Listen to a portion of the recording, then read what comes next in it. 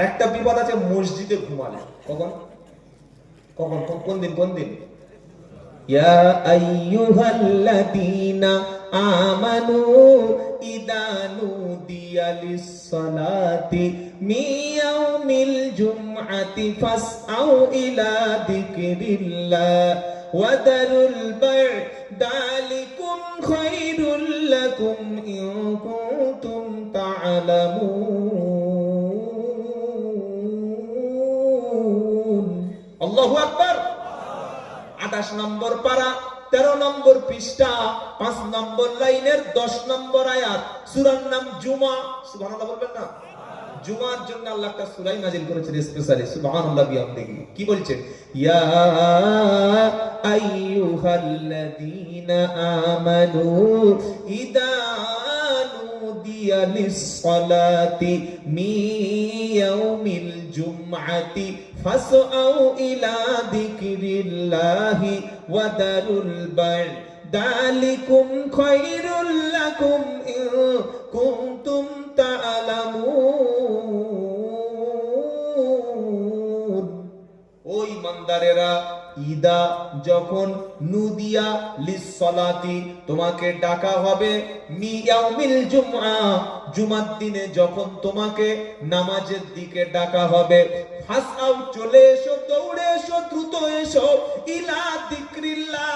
এখানে যিকরিল্লাহ মানে আল্লাহর স্মরণ, আল্লাহর নামাজ। বলুন না সুবহানাল্লাহ। কে বলছেন? আল্লাহ। জুমার দিনে আজান হবে, তখন দোকান বন্ধ হবে। জুমার দিনে আজান হবে, মাঠের কাজটা তখন বন্ধ হবে। জুমার দিনে আজান হবে, অফিস তখন বন্ধ হবে। জুমার দিনে যখন আজান হবে, সঙ্গে সঙ্গে আওয়াজ কানে যাওয়ার পরে দুনিয়ার কাজটা তুমি ছেড়ে দেবে। ইদা নুদিয়া লিস-সালাতি মি ইয়াউমিল জুমআতি ফাসআউ ইলা যিকরিল্লাহ ফাসআউ ইলা যিকরিল্লাহ। আমার স্মরণের দিকে তোমরা দ্রুত ধাবিত হও। কেন? যালিকুম খায়রুল লাকুম ইন কুনতুম তা'লামুন। যদি তোমরা বুঝে থাকো এটা তোমাদের জন্য কল্যাণকর। ব্যবসা বাণিজ্য, কাজ কর্ম, সংসার সব ত্যাগ করে চলে এসো কোথায়? চলে এসো কোথায়? নামাজে। জুমার দিন এসছে, আমরা জুমার দিন কখন যাই? খুতবা চালু হলে, খুতবা শেষ হয়ে গেছে, আর 5 মিনিট বাকি আছে, ওই সময় মসজিদে ঢুকে পড়েছে। এত জোরে ছুটে ঢুকেছে, পায়ের জুতোটা ও যাওয়ার আগে মসজিদের মধ্যে গিয়ে পড়ে। কি বুঝলেন? লোক মনে করছে জুমার দিনে জুতার বৃষ্টি কোত্থেকে হচ্ছে। ও যেতে পারে নাই, হাওয়াই চপ্পলটা, খাদিমসটা, প্যারাগনটা আগে গিয়ে পড়ছে। তার মানে বলছে আমি না যেতে পারলে জুতো আগে পৌঁছে গেছে। আল্লাহর নবী বলছেন, খবরদার, মসজিদে আসার জন্য তোমরা তাড়াহুড়া করো না। আস্তে আস্তে, স্লোলি, আস্তে আস্তে করে, ধীর স্থির ভাবে, যাতে তুমি আরামে আসতে পারো। হয়তো অনেক লোক দেখবেন এই আসরের নামাজ ধরুন 4:45 বা 4টে জামাত হবে বা 3:30, উনি বাড়ি থেকে বার হয়েছে 28, এই জামাত তো শুরু হয়ে গেছে, তাড়াহুড়া একদম স্পিডে এসেই ঠোকর খেয়ে পড়ে গিয়ে অসুস্থ হয়ে যায়। কি যায় না? এই জন্য ইসলামে নামাজে আসার জন্য, জামাতে আসার জন্য দৌড়াদৌড়ি করে, তাড়াহুড়া করে আসার কোনো প্রয়োজন ইসলাম করেনি। আপনি আস্তে আস্তে আসুন, কারণ ইসলাম চায় না যে আপনি রাস্তা পড়ে গিয়ে আনফরচুনেটলি যদি ইনজুরি হয়ে যান, এর দায়ভার ইসলাম নেবে না। আল্লাহর নবী সাল্লাল্লাহু আলাইহি ওয়াসাল্লামের জন্য বলেছেন, নামাজ যখন শুরু হবে, জামাত, তুমি আস্তে আস্তে ধীরে স্থিরভাবে হেঁটে আসো। তুমি এসেও যদি দেখতে পাও নামাজ হয়েও গেছে, তোমার নিয়ত ছিল আমি মসজিদে গিয়ে নামাজ পড়বো, এর জন্য জামাতের নেকি দিয়ে দিবেন কে? যদি বলেন সুবহানাল্লাহ। যেন নামাজে যাওয়ার জন্য তাড়াহুড়ার কোনো প্রয়োজন, মানে জামাতে যাওয়ার জন্য দৌড়াদৌড়ি করবো না। আস্তে আস্তে একটু ধীরে স্থিরভাবে হেঁটে যাবো, যাতে আমি গিয়ে জামাতে অংশগ্রহণ করতে পারি, ইনশাআল্লাহ। বলেন। তুই এসে দেখছে নামাজ শুরু হয়ে গেছে, খুতবা চলছে। খুতবার সময় ঘুম আছে না নাই? কি গো, ইমাম সাহেব খুতবা পড়ছে, এরকম ঘুমিয়ে ঘুমিয়ে ঘুমিয়ে পড়ে গেছে। পাশে লোক বলছে,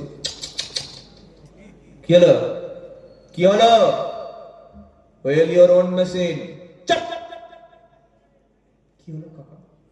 তুমি ঘুমিয়ে পড়ে গেলে, আমি তোমাকে বললাম উঠে উজুটা করে এসো, কারণ ঘুমালে উজু। আর যারা চুপচাপ আছেন থাকে, সকলে এক বাক্যে বলুন, ঘুমালে উজু থাকা। এই বাক্য তো ভালো লাগলো।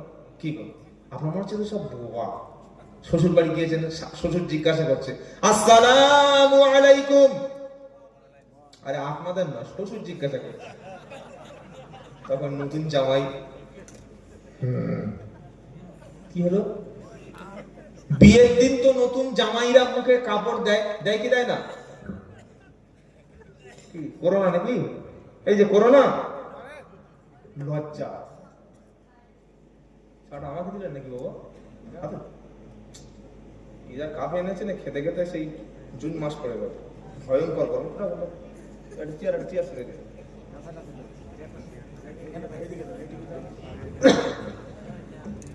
তো মনে রাখবেন, জুমার দিনে ঘুমিয়ে পড়ে নামাজের আগে ওযু নষ্ট করে দেয়, এইরকম মুসাল্লির সংখ্যা আমাদের চোখে পড়ে না? আমি বানিয়ে বলছি, পড়ে কি পড়ে না? পাশের একটা জওয়ান ছেলে, সেই ইসলামের কিছু শিখেছে কোন আলেমদের কাছ থেকে বা কোন জায়গা থেকে শিখেছে, শিখে বলছে চাচা আমি শুনেছি এবং আমি পারফেক্ট এটা জানি যে ওযু অবস্থায় কেউ পড়ে গেলে কনফার্ম তার ওযুটা, ঘুমিয়ে ঘুমিয়ে পড়ে গেলে ওযু ব্রেক হয়ে যায়, ওযু ভেঙে যায়, ওযু নষ্ট হয়ে যায়, ওযুটা টুটে যায়, ওযুটা ফাসাদ হয়ে যায়, ফাসাদ হয়ে যায়। তখন বলছে তুই জুমায় জুমায় 8 দিন নামাজ পড়ছিস, আমার থেকে বেশি জানিস, চুপ, চেপড়ে সোজা করে দেবো। ঠিক আছে, কবরে যাও। কবরে গেছে, বিসমিল্লাহি ফি সাবিলিল্লাহ ওয়া আলা মিল্লাতি রাসূলিল্লাহ, ও বুকে হাত চাপড়ে বলছে ফেরেশতারা কি প্রশ্ন করবি সব বলে দেবো, আমি সারা জীবন জুমার নামাজ কাজা করে নেই, নামাজ পড়েছি। ফেরেশতারা বললে ঘুমিয়ে ঘুমিয়ে পড়েছিলে কবার? ও বললে একবার। বললে ওযু করলে কবার? বললে একবার না। বললে কবরে এবার রেডি হও, শুয়ে পড়ো। বলে কি হলো, কি হলো? কি হলো মানে বে, সারা জীবন তুমি বিনা ওযুতে জুমার নামাজ পড়েছিলে। বলে না না না, আমার ওযু করে এসেছি, বাড়ি থেকে হাতে পানি ছিল, মুখে পানি ছিল, দাড়ি থেকে টপ টপ করে পানি ছিল। আরে বে, ওযু যখন করেছো তখন ওযুটা তোমার নতুন করে হয়ে গেছে, কিন্তু খুতবা চলাকালীন ঘুমিয়ে তুমি যে পড়ে গিয়েছিলে, ওই পড়ে যাওয়া মানে হলো ওযুটা সঙ্গে সঙ্গে নষ্ট হয়ে গেছে। তুমি ওযু উঠে করেছিলে? বললে না। তা বলে তাহলে শুয়ে পড়ে এবার একটু দি। কি দেবে? কি দেবে? উত্তম আপ্যায়ন করবে। আর যদি বলে বাবু ভুল হয়ে গেছে, শুনবে নাকি? শুনবে? কানে তারা কালা হবে, চোখে তারা দেখবে না। কি গো, জানেন না? হ্যাঁ, পুলিশ ধরে নিয়ে গেছে, মার মার মার, পাছা ফাটিয়ে দে, বাবা বাবা বাঁচাও বাঁচাও। একটা দুটো অফিসার বলছে মেরে দিবি, আচ্ছা হোক একটু রহম কর, বলে না? বলে না? কিন্তু কবরে কি গো, কানে তারা কালা হবে, চোখে তারা দেখবে না। আরে এমন শাস্তি হবে আপনার, আওয়াজ বাইরে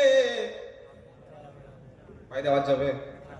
ছেলে বলতে পারবে দেখি আমার কিরকম ভিতরে চলছে, দেখি বলতে পারবে? স্বামী বলতে পারবে দেখি আমার স্ত্রীর সঙ্গে ফেরেশতারা কেমন ব্যবহার করছে। কি গো, চোখে তারা কানা হবে, চোখে তারা কানা হবে, কানে আওয়াজ শুনবে না। আর দেখে তুমি মরে গেলে আওয়াজ কেউ তো শুনবে না। ওই অন্ধকার ঘরকে বেশি ভয় করো বাবাজিরা, সুবহানাল্লাহ ভাইরা। কেন ভুল যেটা করেছেন ওটা ভুল বলে মেনে নেন, আর জীবনে শুধরে নেন যে জুমার দিন খুতবা চলাকালীন আমি কখনো ঘুমাবো না। বলি ইনশাআল্লাহ, বলি ইনশাআল্লাহ। তাহলে সূরা তাওবার মধ্যে আল্লাহ তাআলা 112 নম্বর আয়াতে মুমিনের 8টা গুণ বলছে। কটা? আত-তাইবুনাল আবিদুনাল হামিদুনাস সাইহুন। ও সূরা রহমানটা বলতে বলতে চলে আসেন না? কি গো, আল্লাহ বলছে তুমি আমার পৃথিবীর বাইরে, কি সুন্দর কথা আল্লাহ বলছে, ইয়া মা'শারাল জিন্নি ওয়াল ইনসি ইনিস্তাতা'তুম আতানফুদু মিন আকতারিস সামাওয়াতি ওয়াল আরদ ফানফুদু লা তানফুদুনা ইল্লা বিসুলতান ফাবি আইয়ি আলা'i রাব্বিকুমা তুকাদ্দিবান। ও মানুষ এবং জিন, দুটো কমিউনিটিকে আল্লাহ অ্যাড্রেস করছে, দুজন দুজন, দুই সম্প্রদায়। কে কে? মানুষ আর যেহেতু মানুষ আর জিনকে তো আল্লাহ বানিয়েছেন কেন? মা খালাকতুল জিন্না ওয়াল ইনসা ইল্লা লিআবুদুন। জিনকে বানিয়েছি আমার ইবাদত করার জন্য। এবার দুটো সম্প্রদায়কে ডেকেছে, কি বলছে?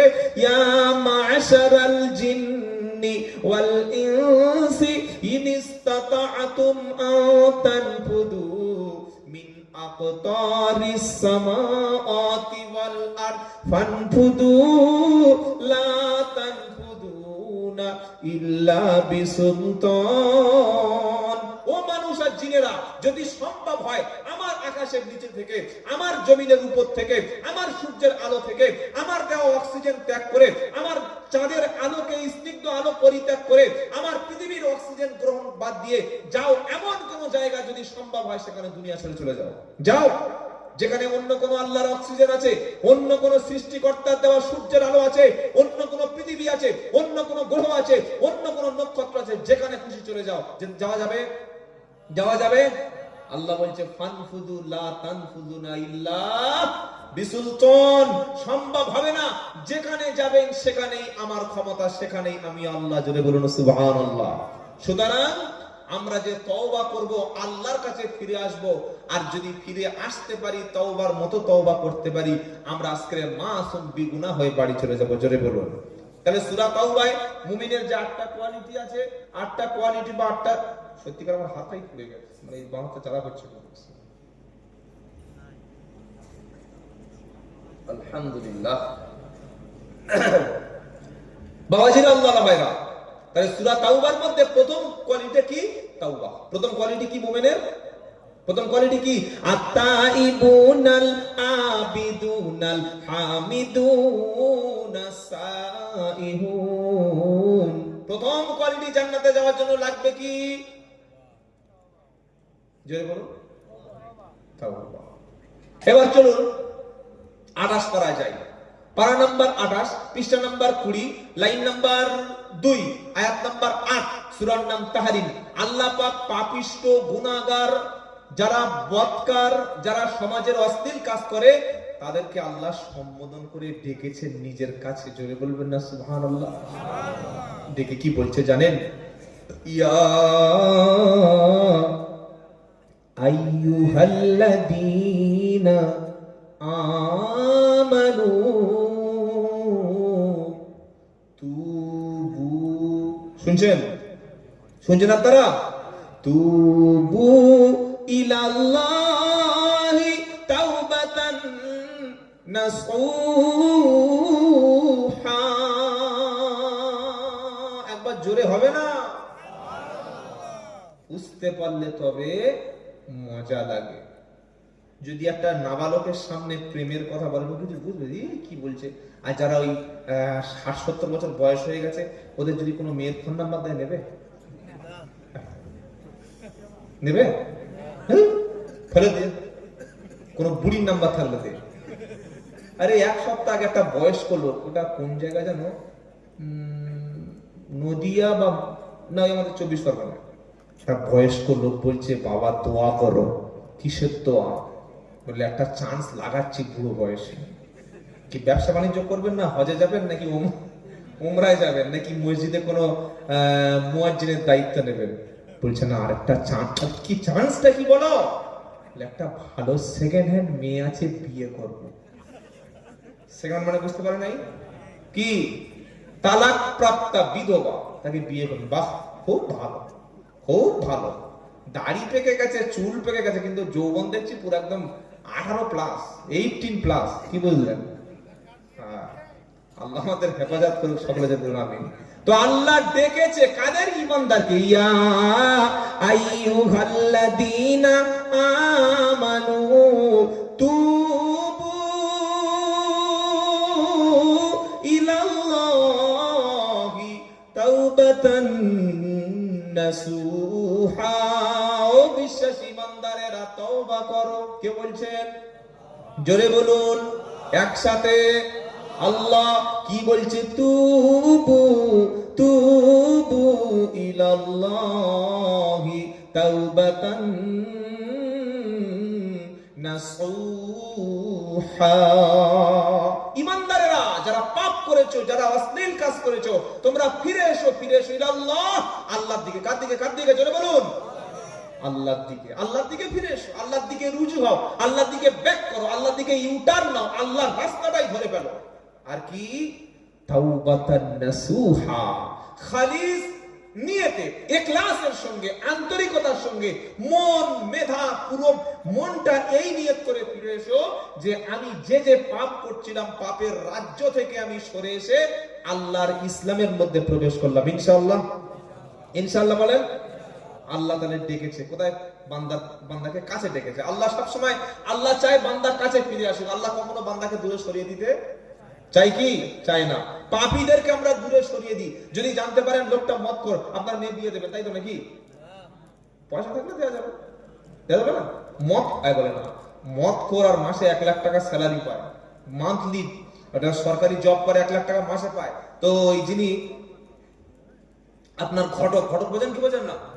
ঘটক বলছে ছেলেটা ভালো ছেলে, সরকারি জব করে, মান্থলি স্যালারি পায় 1 লাখ, তবে মাঝে মাঝে একটু হালকা একটু খায়।